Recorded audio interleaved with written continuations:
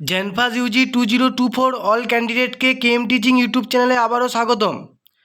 আজকে আমি এই ভিডিওর মাধ্যমে তোমাদেরকে বলবো যে আগের বছর অর্থাৎ 2023 সালে স্পট কাউন্সিলিং কত তারিখ নাগাদ হয়েছিল, কিভাবে জানতে পেরেছিল এবং কতগুলো সিট ফাঁকা ছিল, এই ব্যাপার নিয়ে আলোচনা হবে এবং এই বছরে স্পট কাউন্সিলিং কবে হতে পারে সেগুলো নিয়ে আলোচনা করব। পুরো ভিডিওটা দেখতে থাকো।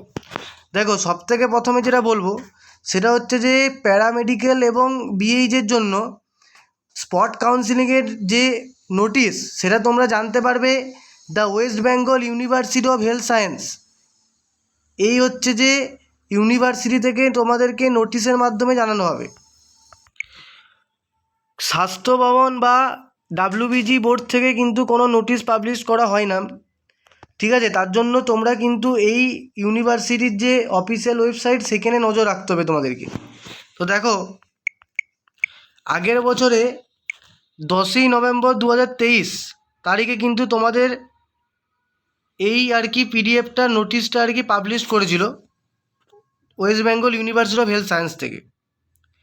এরপরে দেখো লেখা আছে notice for decentralised mop up counselling.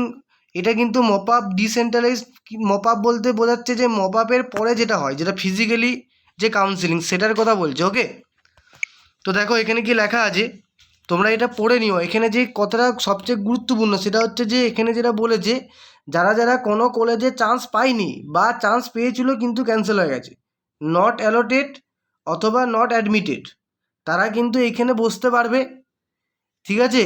এবং কি কি লাগবে না, সবথেকে যেটা গুরুত্বপূর্ণ সেটা বলছে এরা যে অ্যাডমিট কার্ড অফ জেনফাস ইউজি 2023, অর্থাৎ যারা যারা আগের বছরের সাপেক্ষে যে জেনফাস ইউজির যে পরীক্ষা হয়েছিল তার অ্যাডমিট কার্ডটা লাগবে এবং একটা ভ্যালিড র্যাঙ্ক কার্ড যেটা কিন্তু ডাব্লিউবিজি বোর্ড থেকে প্রোভাইড করেছিল, সেই র্যাঙ্ক কার্ডটা লাগবে। এই দুটো জিনিস মিনিমাম লাগবেই। এই হচ্ছে যে ডিসেন্ট্রালাইজড কাউন্সিলিংয়ে পার্টিসিপেট করার জন্য। তার জন্য তোমরা কিন্তু এখন থেকে অ্যাডমিট কার্ড এবং র্যাঙ্ক কার্ডটাকে ভালোভাবে রাখবে, কারণ এটা কিন্তু কাজে লাগবে। এরপরে দেখো, আগের বছরে যে ডেটটা দিয়েছিল সেই ডেট অনুযায়ী কি বলছে না, ডেট অফ কাউন্সিলিং হচ্ছে 17ই নভেম্বর, ঠিক আছে? অর্থাৎ নভেম্বর মাসের 17 তারিখে কিন্তু সবাইকেই ডেকেছিল। আর নোটিশটা পাবলিশ হয়েছিল 10 তারিখে। নোটিশ হচ্ছে 10 তারিখে, ডেকেছিল 17 তারিখে। এরপরে দেখো বলছে time of reporting at the college, সেটা হচ্ছে 10টার সময় রেখেছিল এবং কমেন্ট কাউন্সিলিংটা শুরু হবে 12টা থেকে, ঠিক আছে? তো এই হচ্ছে তোমাদের ব্যাপার, এটা আগের বছরে। তো এই বছরও এটা ভাবনা চিন্তা তোমরা রাখতে পারো, নভেম্বর মাস নাগাদ কিন্তু হতে পারে।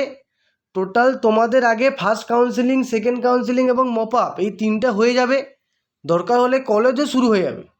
তারপরে যদি দেখা যায় যে সিট ফাঁকা আছে তাহলেই কিন্তু হবে, যদি দেখা যায় যে সিট ভর্তি হয়ে গেছে তাহলে কিন্তু হবে না। তবে তোমরা নিশ্চিন্তে থাকতে পারো যে সিট কিন্তু ফাঁকা থাকবে। ওকে, তো দেখো এখানে একটা সিট ম্যাট্রিক্স দিয়েছে, সিট ম্যাট্রিক্স, ঠিক আছে? কোন কোন কোর্সের জন্য কতগুলো ফাঁকা ছিল। এখানে আরও অনেক কিছু লেখা আছে যে কিভাবে তোমাদেরকে সিলেক্ট করা হবে। না ধরো 10খানা সিট ফাঁকা আছে কিন্তু 20 জন গেছে, তো সেই অনুযায়ী র্যাঙ্ক কার্ড যাদের যাদের র্যাঙ্ক কম আছে এরকম 10 জনকে কিন্তু নেওয়া হবে যদি 10টা সিট ফাঁকা থাকে। ওকে, আরও অনেক কিছু আছে, তোমরা দেখে নিও।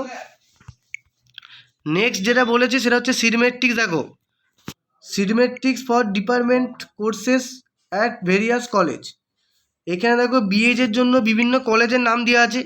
তার মধ্যে তোমরা জানো যে গভর্নমেন্ট কলেজ একটাই আছে, সেটা হচ্ছে যে college of paramedical and allied health science, যেটা হচ্ছে West Bengal university of health সায়েন্সের অন্তর্গত, কল্যাণীতে। সেইখানে আগের বছরে কিন্তু 13খানা সিট ফাঁকা ছিল ডিসেন্ট্রালাইজড কাউন্সিলিংয়ের জন্য। ওকে, সেখানে র্যাঙ্ক গিয়েছিল মোটামুটি ধরে রাখো 6000, 7000 এরকম কিন্তু র্যাঙ্কেও চান্স পেয়েছিল, কারণ যাদের তার থেকে কম র্যাঙ্ক ছিল তারা কিন্তু আসেনি তার জন্য। তাই যাদের যাদের এবছরের বেশি র্যাঙ্ক আছে তোমরা চেষ্টা করবে স্পট কাউন্সিলিংয়ে আসার, যদি তোমাদের আগের কাউন্সিলিংগুলোই চান্স না পেয়ে থাকো। এরপরে তোমরা এই লিস্টটা দেখে নাও, প্রতিটা কলেজের নাম দেওয়া আছে এবং এখানে দেখো ক্যাটাগরি অনুযায়ী UR, বিভিন্ন ক্যাটাগরি অনুযায়ী টোটাল সিট এদিকে আছে, ঠিক আছে। প্রতিটা কলেজ বিএইচের সাপেক্ষে এগুলো আছে। এরপরে বিএমএলটি, তাদের যে কলেজের নাম, কতগুলো কি সিট ফাঁকা ছিল সেটা আছে। বিএমএলটির পরে যেটা আছে সেটা হচ্ছে তোমরা দেখো বিপিটি আছে, ঠিক আছে, বিপিটি। এরপরে আছে বিপিটি যাচ্ছে এখন। তারপরে আছে দেখো বিএসসি সিসিটি, ক্রিটিক্যাল কেয়ার টেকনোলজি, তাদের কোন কোন কলেজে কতগুলো কি সিট ফাঁকা ছিল, ঠিক আছে। এরপরে আছে বিএসসি এমএম আছে, বিএসসি ওটিটি আছে, এবং সবচেয়ে শেষে যেটা আছে সেটা হচ্ছে বিএসসি পিএ আছে, ঠিক আছে। তো তোমরা এই পিডিএফটা যদি পেতে যাও তাহলে আমাদের যে জেনফাসিজের একটা গ্রুপ আছে সেখানে তোমরা জয়েন হয়ে যাবে। আমি লিঙ্কটা কিন্তু এই ভিডিওর কমেন্টে দিয়ে দেবো, ঠিক আছে। তো তোমরা দেখতে পেলে টোটাল দেখো, টোটাল হচ্ছে যে 1761টা সিট ফাঁকা ছিল অল প্যারামেডিক্যালের জন্য।